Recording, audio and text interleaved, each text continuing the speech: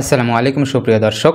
রাজধানীর উত্তরা সকাল পর্যন্ত ছিল এক ব্যস্ত কিন্তু শান্ত এলাকা, কিন্তু দুপুরে হঠাৎ করে যেন থমকে যায় সময়। চিৎকার, আতঙ্ক আর ধোঁয়ায় ঢেকে পড়ে যায় যেন আকাশ। বাংলাদেশ বিমান বাহিনীর FN-7 BGI প্রশিক্ষণ যুদ্ধবিমান বিধ্বস্ত হয়েছে।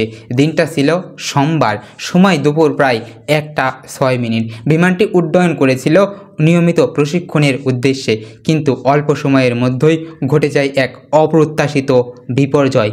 প্রায় আধা ঘন্টা পর মাইলস্টোন কলেজ সংলগ্ন ক্যান্টিন ভবনের ছাদে বিধ্বস্ত হয় বিমানটি। মুহূর্তে আগুন লেগে যায়, ঘন কালো ধোঁয়ায় ঢেকে যায় চারিদিক। ছুটে আসে ফায়ার সার্ভিসের 3টি ইউনিট, শুরু হয় উদ্ধার তৎপরতা।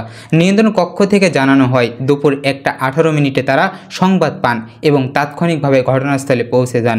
ঢাকা মহানগর পুলিশের উত্তরা বিভাগের উপ পুলিশ কমিশনার মহিদুল ইসলাম নিজেই ঘটনাস্থলে ছুটে যান। আন্তঃবাহিনী জনসংযোগ পরিষদ ISPR জানায়, বিমানটি বাংলাদেশের বিমান বাহিনীর যান্ত্রিক ত্রুটির কারণে দুর্ঘটনা ঘটেছে কিনা, বের হতে পারছেন কিনা এ বিষয়ে এখনও আনুষ্ঠানিকভাবে কোনো কিছু জানানো হয়নি। তবে স্থানীয়দের ভাষ্যমতে আহত ও নিহতদের ঘটনা অনেক ঘটেছে। মাইলস্টোন কলেজের এক কর্মকর্তা জানান, দুর্ঘটনার ফলে কলেজ ভবনের অনেকটাই ক্ষতি হয়েছে। একজন শিক্ষার্থীর মৃত্যুর আশঙ্কাও রয়েছে। সামাজিক যোগাযোগ মাধ্যমে ইতিমধ্যে ছড়িয়ে পড়েছে এই দুর্ঘটনার ভিডিও। একজন প্রত্যক্ষদর্শী ভিডিওতে কাঁপা কাঁপা কণ্ঠে বলছিলেন, আল্লাহ মাফ করো, আগুন কেমন করে লাগছে ভাই।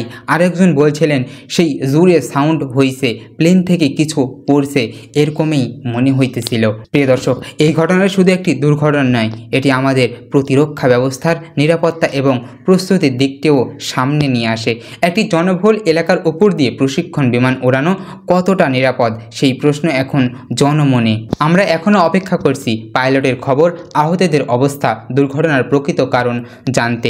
এই হৃদয় বিতরক দুর্ঘটনা আমাদের আহতদের দ্রুত আরোগ্য কামনা করছি এবং নিহতদের প্রতি জানাচ্ছি গভীর শ্রদ্ধা। আল্লাহ তাদেরকে মাফ করে দেশ ও জাতিকে রক্ষা করুন এবং আল্লাহ তাদের সহায় করুন। এটাই এখন থাকবে আমাদের একমাত্র দোয়া।